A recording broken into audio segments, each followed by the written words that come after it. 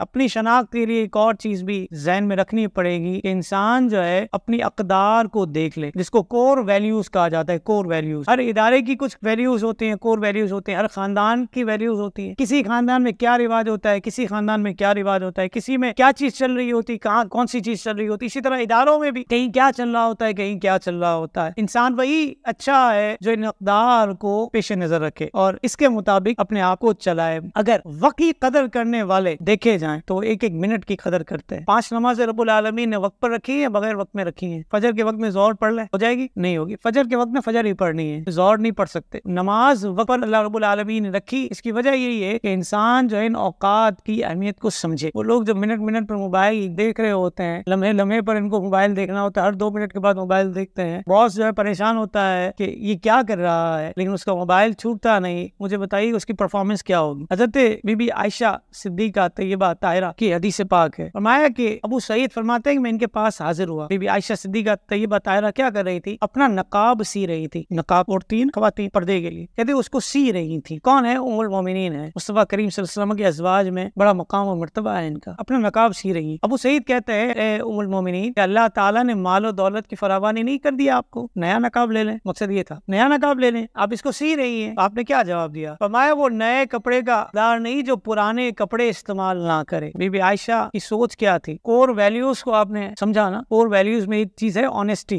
दयानतदारी। तो दयानतदारी का तकाजा क्या था कि अगर ये निकाब सी कर इस्तेमाल के काबिल हो सकता है तो कर लिया जाए। या फिर आपकी नजर हो सकता है गोया के ट्रांसपेरेंसी की तरफ गई हो, शफाफियत की तरफ। अगर इस तरफ इस एंगल से देखें और इस कदर को अगर आपने अपने अंदर महसूस किया हो और इसलिए आप नकाब को सी कर पहन रही हो कि मेरे पास अगरचे माल है लेकिन जब तक ये चलने के काबिल है, इस्तेमाल के काबिल है, मैं इसको इस्तेमाल करूं। हो सकता है कि आपने अपना हिसाब किया हो, अकाउंटेबिलिटी जिसको कहते हैं, क्योंकि ये अक़दार में ये सारी चीजें आती हैं। ऑनेस्टी भी आता है, ट्रांसपेरेंसी भी आती है, अकाउंटेबिलिटी भी आती है और भी बहुत सी चीजें हैं, ट्रस्ट भी है, ट्रस्ट वर्दी, ये सारी चीजें इसमें आती हैं कोर वैल्यूज में। तो हो सकता है बीबी आयशा सिद्दीका तैयबा ताहिरा का ज़हन इस तरफ गया हो कि मैं जो है अपना इस नकाब को सी कर पहन लेती हूँ और इन पैसों से दूसरा नकाब खरीद कर किसी और मुसलमान को दे देती हूँ। हो सकता है मुस्तफा करीम की रफीक हयात, जिनकी तरबियत मुस्तफा करीम सल्लल्लाहु अलैहि वसल्लम के साये में हुई है, कैसी बाकमाल खातून होंगी।